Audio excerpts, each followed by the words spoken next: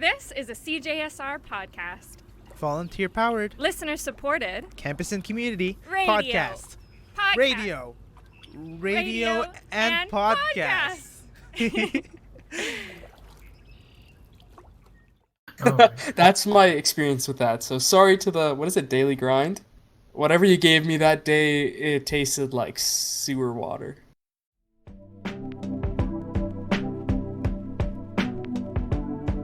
Hello, and welcome back to That's Food by CJSR, a podcast made with love, telling the backstory to food, one meal at a time.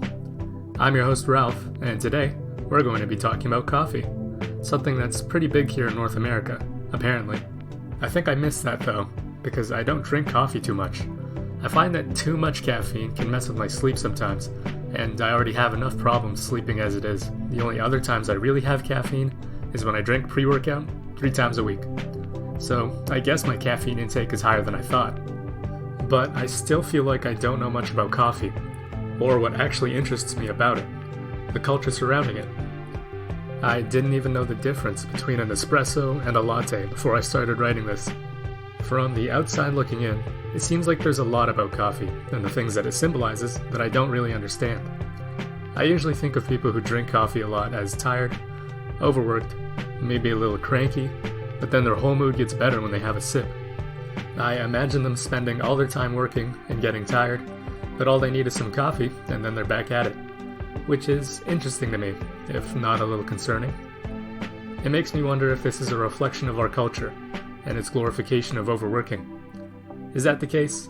Maybe, maybe not. I might be a bit off the mark here, so in order to find out more about this coffee culture, I'm going to do some of my own research first, and then I'm going to talk to some of my friends and get their opinions. Hopefully, this will help me, and you listening right now, to get a new perspective on coffee here in North America.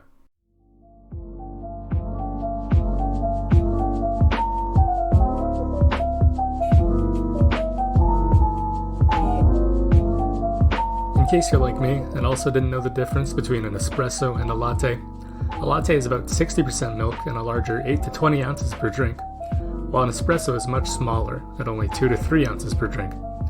But the espresso is straight coffee concentrate, which is why you can put espresso shots in other coffees, or you can have them by themselves. One day, I slept pretty badly the night before a final, and one of my friends told me that a double shot of espresso would wake me right up. It more than woke me up, because my hands would not stop shaking. But I'm not sure I recommend it. There are safer ways to get caffeine into your system.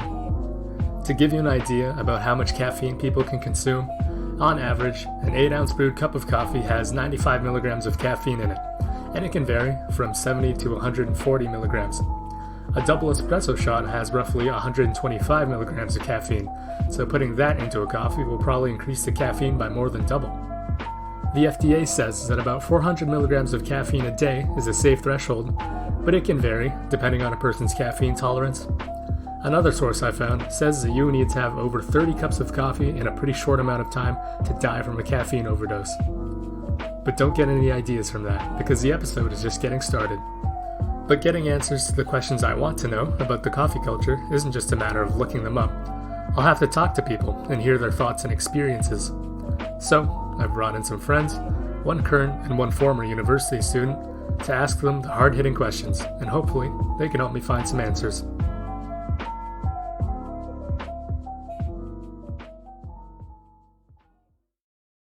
Could you give me a quick introduction for the listeners? Hi, I'm Armin. I'm a 4th-year psychology student in the Faculty of Science at the University of Alberta. Hi, my name's Jenna. I just finished my Bachelor of Science at the U of A with my major in biological sciences and my minor in psychology. How often do you have coffee or caffeine?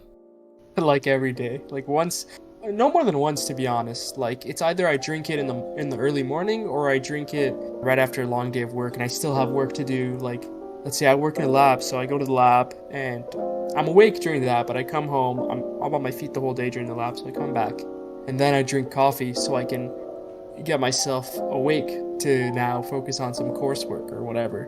Or, attend, maybe not so relevant now, but a social outing at some point. Like making the coffee is like what I would consider like my downtime between working in the lab and then coming home, and then my downtime is literally making coffee.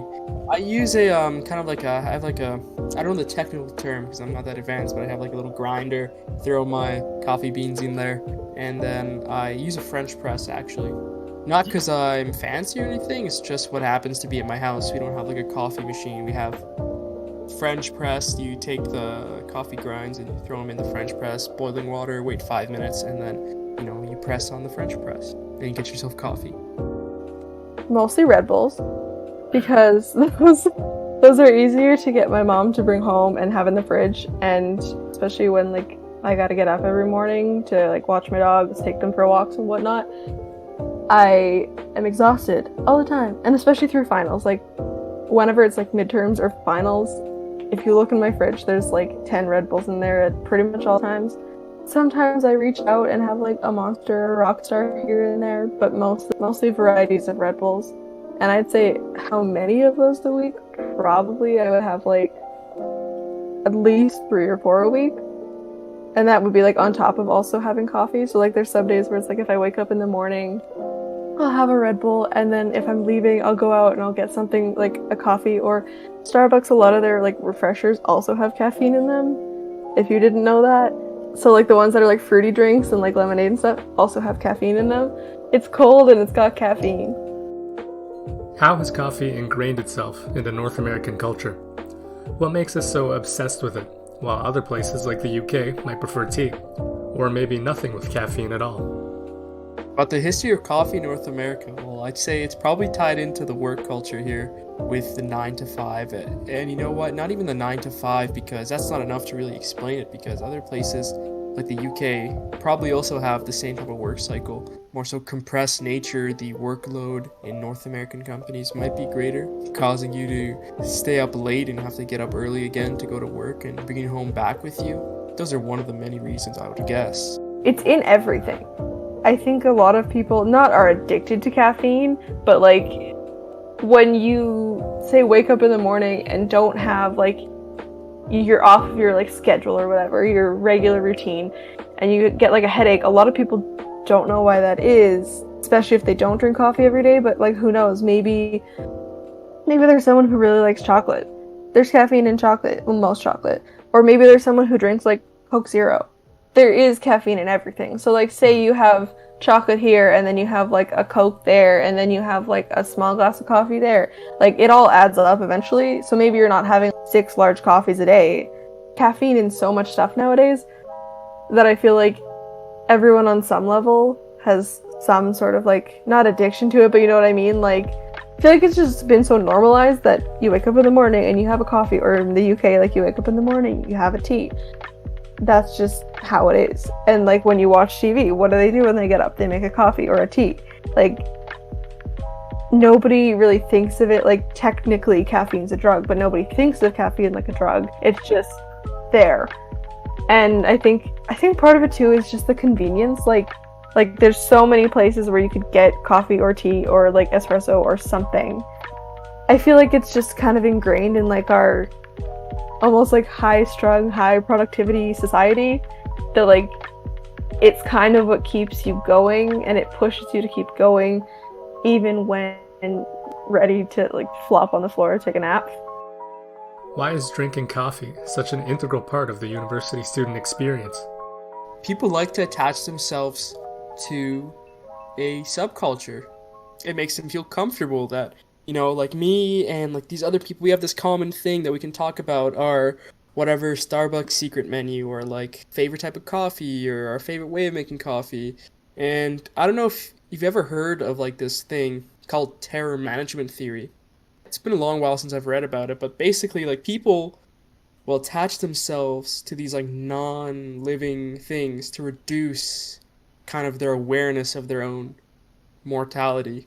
The awareness that one day they're going to die and they're going to go either, whatever, be cremated, launched into space, who knows, Viking funeral, or just 6 feet underground. What I want to say is, like, that's not even restricted to just coffee, you know, that's sports teams. You see, like, that, I always see a truck with like these giant Edmonton Oilers flags, and like just identifying with this thing that'll more than likely probably be around when you're dead could be comforting from the standpoint of the terror management theory.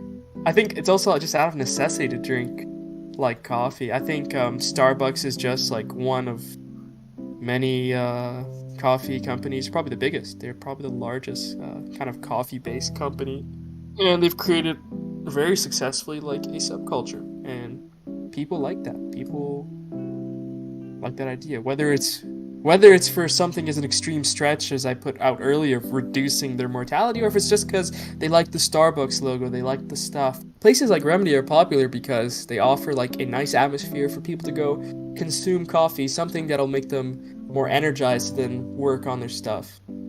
I think it's more so just a byproduct of the necessity to stay awake.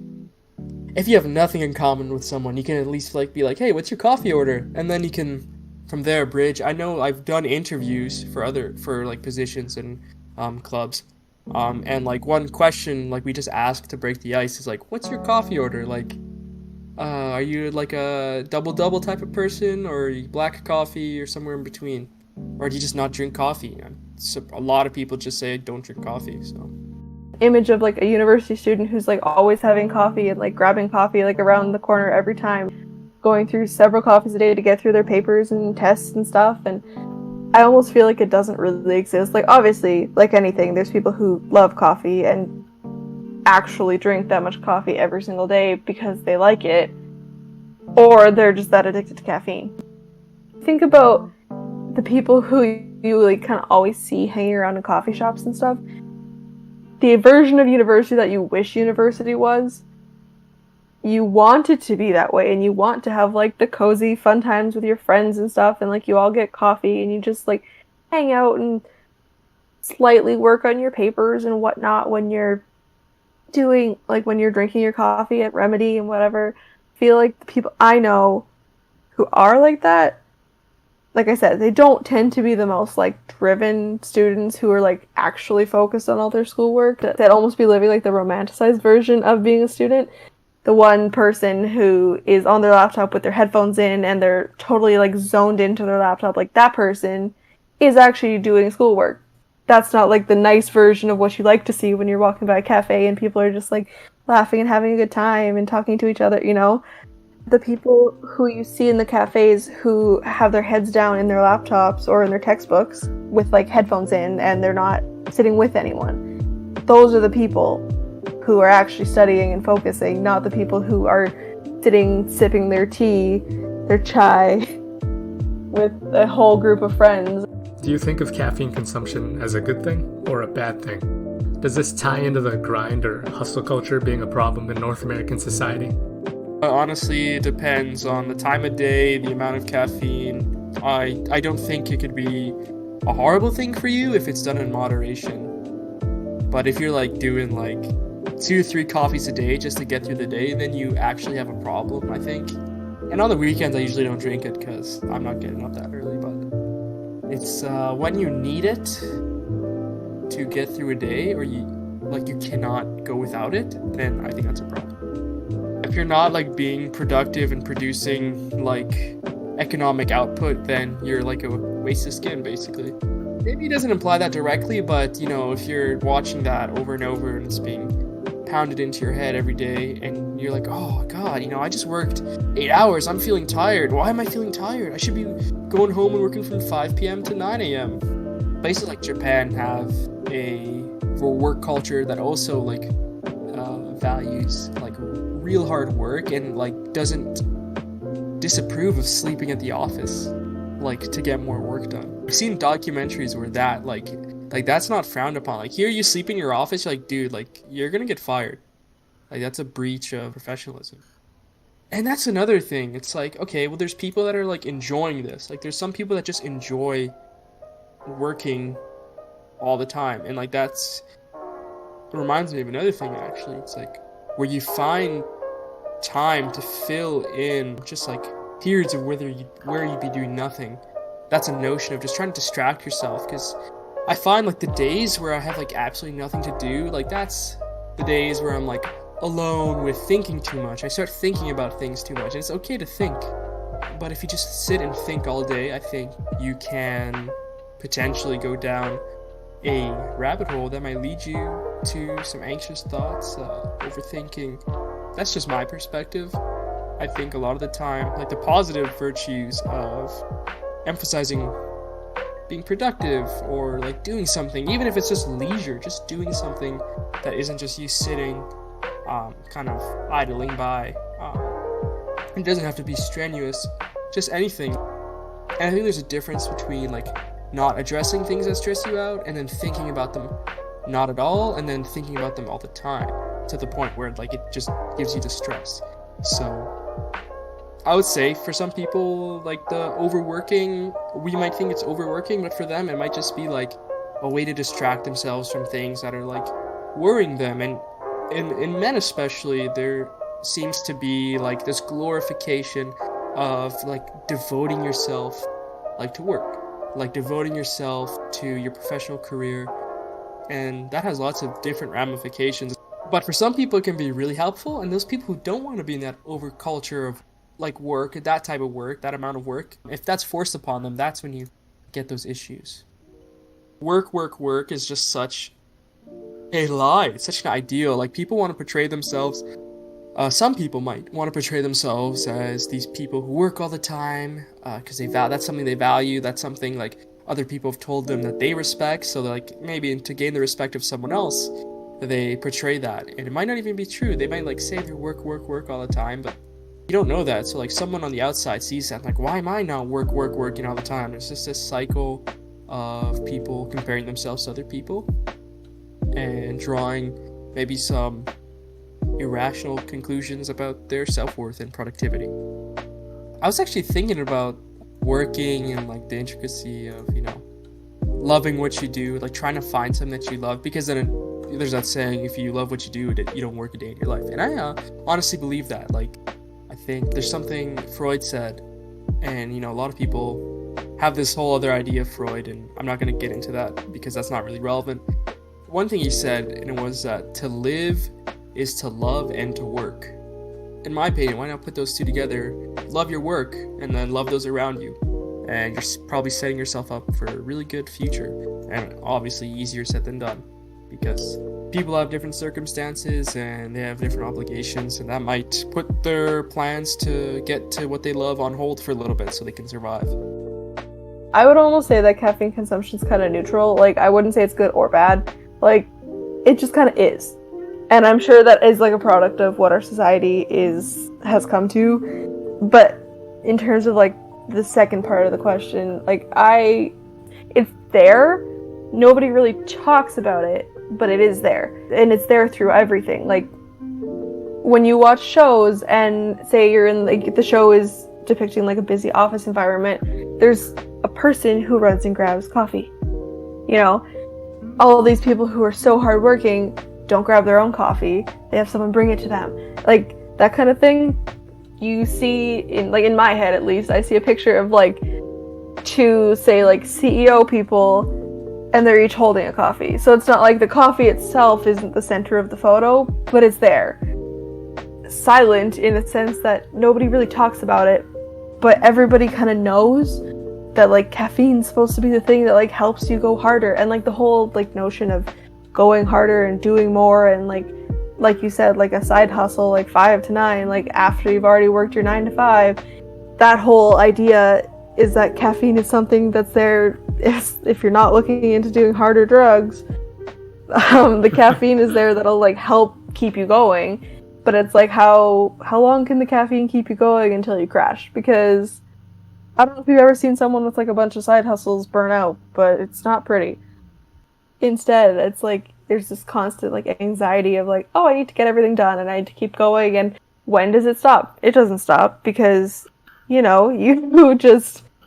keep going. You go to school, you get a job, and you keep going until you die. Well, okay, until you retire and then die. Rank these coffee chains: Starbucks, Tim's, McDonald's, Second Cup, and any others that I might be missing. Alright, Second Cup's like F tier, like garbage.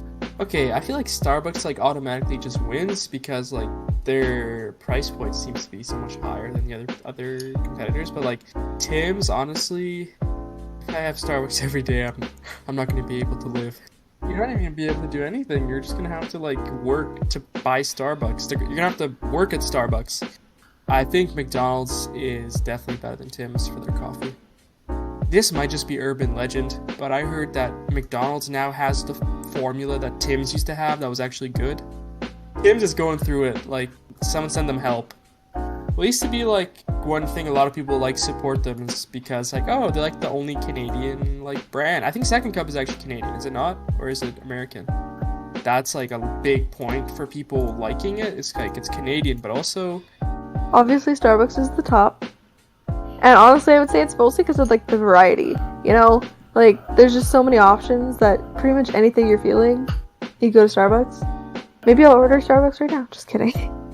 And then I'd probably put McDonald's second because I'd say, like, McDonald's has good, just, like, plain coffee. Like, they do have, like, their variety of a few things. Like, they've got Americanos and lattes and cappuccinos and stuff. But I would say, like, just their normal coffee, double is probably my favorite.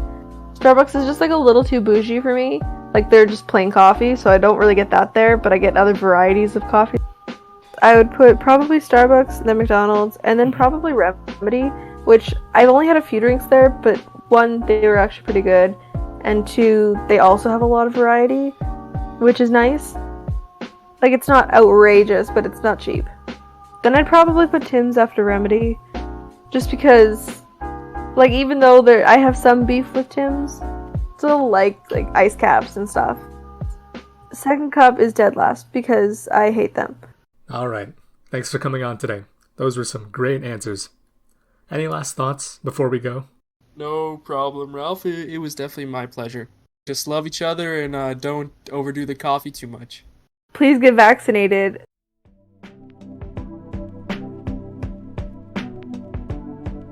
The answers from my guests confirmed some of my own beliefs, while giving me a new perspective. It seems like they agreed with some of the thoughts that I had laid out in my questions, mainly that the prevalence of coffee in North America is both a symptom of and a response to the culture of overworking. They also made some great points about the glorification of hard work and how that's led us to the point we are now. And most importantly, they educated me about which places to buy coffee from and which places to stay away from. So, thank you for listening, and I hope you'll take something from this episode with you. And now to do our iconic outro. But is it food? That's food. That's No, I messed it up.